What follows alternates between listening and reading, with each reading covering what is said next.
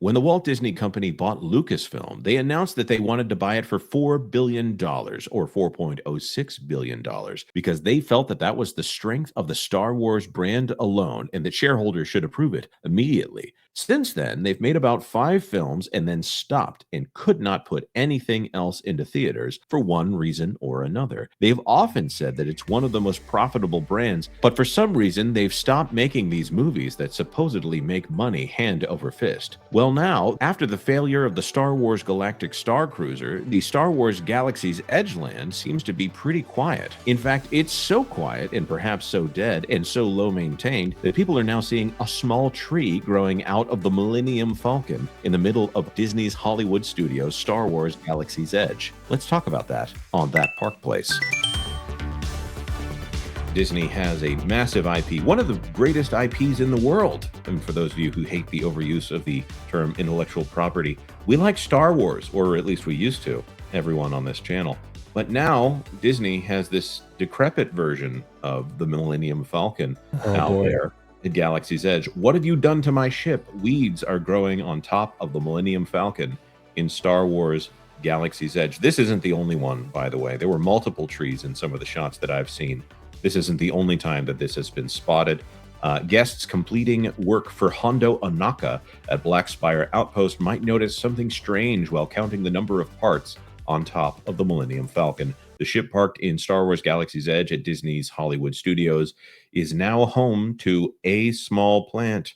That's fake news. There's multiple there. From the windows of the queue for Millennium Falcon Smuggler's Run, a plant appears to be growing on the surface of the ship. A couple smaller growths can be spotted nearby. Oh, so that is more than one. I would suggest it's a pine tree, but that's fine. Yeah, it's also kind of a shame that these have been here for a while.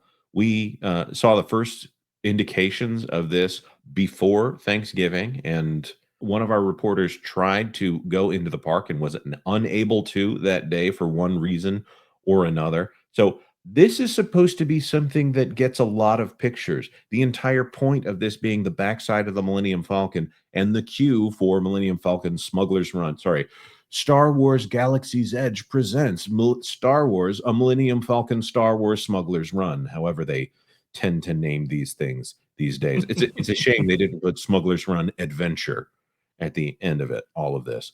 So this is a showpiece for the park, and it's got plants growing on it because it's so poorly maintained.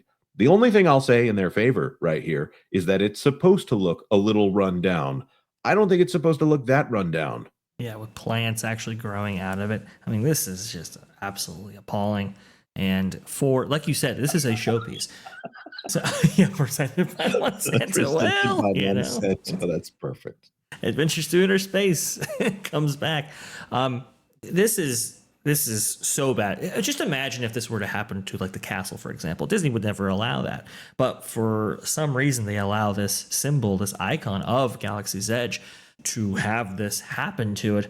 Kind of just tells you where the company sees itself, both on maintenance and what they may feel about Star Wars itself. Perhaps if Star Wars was a brighter franchise, maybe they would care more about it. And perhaps if they were on a tighter maintenance schedules, perhaps this wouldn't happen. But unfortunately, the combination of the two, well, now we see something like this. And it's really, it is unbelievably frustrating because it's not like they've been reducing prices along with their reduced maintenance schedules and so forth. No, they've been increasing them.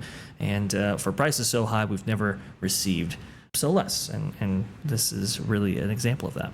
Yeah, I think we're receiving very little for our money. It's one of the biggest complaints that I have. Probably the one that everybody else will reflect is that everything's gone down. The quality of shows gone down. The shows, the entertainment offerings have gone down, eliminated almost entirely. Actually, the perks you used to get from Disney, they're gone. There's not a good argument to be made for being an on-property guest because the expense is not deferred by the promotions that or the benefits that you receive. So right, you get an hour earlier at the park on what end up being the busiest days to be in the park. Yeah, which what that used to be, there used to be 3 hours of a given day that you were allowed access to a park when there weren't nearly as many guests in the Florida offerings. It used to be one of the best things you could get. Sometimes you would have morning magic hours for 2 hours at one park and an hour at the end of the day, or up to 3 hours at the end of the day at another. None of that happens anymore. And Magical Express, I can go through it on and on and on. Free magic bands were supposed to be a benefit, but actually at the same time they were removing benefits. There's really little reason to be a a DVC person now. Like I said, the perks have been stripped away, and there's no bonus offerings. There's no, Right. remember, there used to be Disney Magic. Used to be Right, and like you'd have those magic moments and stuff. Do you guys, have you recalled one of those that anybody can recant or talk I about? mean, every now and then we'll get an email from somebody saying a cast member made their day, and we're glad when it happens. But you talk about DVC, that's a product that Disney has been trying to push for a very long time, and I think the first few contracts should be coming up sometime 42, in the near right? future. 42. Yeah. So we've seen some internal documents talking about the future of DVC, and they believe that to be the future of the company in the same way that Disney Cruise Lines is a future expansion for the company. So they're not really focused on the parks here, and they're not worried about when they put out their big schedules of what's going on over the next few years in order to make money at these parks. It's cruise lines, it's DVC. They've also added a lower tier of DVC to try to get people in at a lower price point.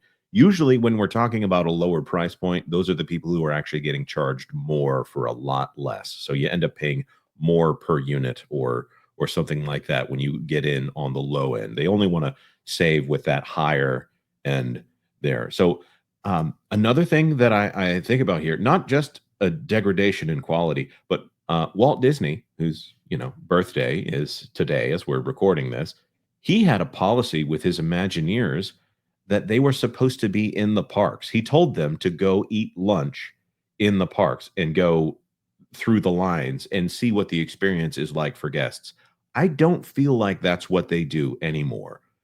When Bob Iger and Josh D'Amaro go into those parks, Josh D'Amaro does it more than Bob Iger does, but it feels very specifically in order to be photographed, so they can go eat lunch at Space 220 and they can get a couple of photos, shaking hands with a couple of cast members. It doesn't feel like they're doing it so they can know what the experience is like for customers, because there seems to be an elitist mentality, like they're kind of ashamed of the idea that they own a theme park for children. They would rather have a theme park for adults who are trying very hard to hold on to what it felt like to be a child, or to make up for what they felt like they didn't get when they were a child.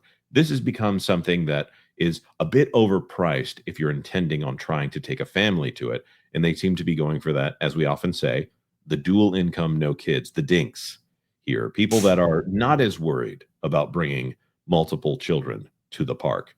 Is there anything we need to throw in here before we go over to the pro show?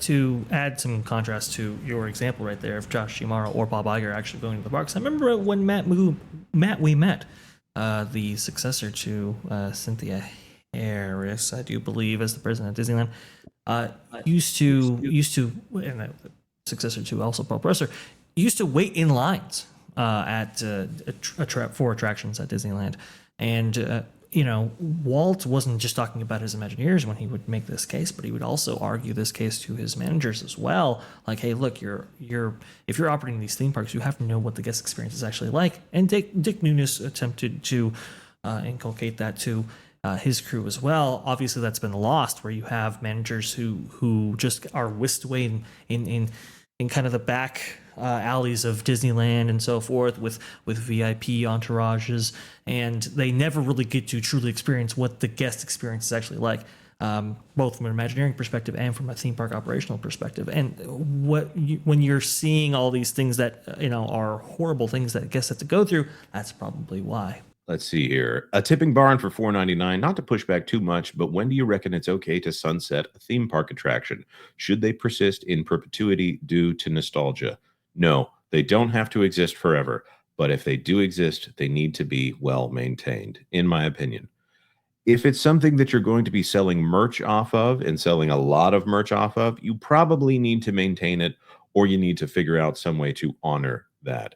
I'm I was not a huge fan of the Enchanted Tiki Room under new management back in the day. In fact, I think that It was struck down by perhaps an angry tiki god, and it's better to be brought back to what it was.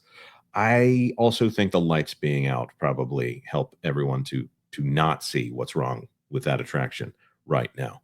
Um, there are things that need to go away. I'm trying to think of something off the top of my head, and I can't think of an example, but the parks are not supposed to be a museum. Of course, that phrase has Oh, been I hate that abused by current. phrase. I know, but it's been abused by the current Walt Disney Company. So, thank you for the thoughts there, Tipping Barn. The mum for $4.99. Jonas, Bob can't invest back in the company. He needs that money to pay the water bill for the third or fourth shower he takes every day. Hi, CC and Vash. Sure. Thank you very much, the mum. And hello to you.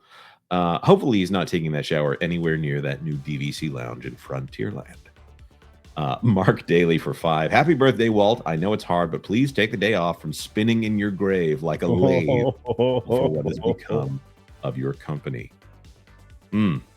I would love to know what he would do with this company today, because he would probably go do his own thing rather than let it be controlled by people that won't cooperate with his vision, which is how we got Walt Disney World eventually. Disneyland specifically, though. Thanks for watching That Park Plays News.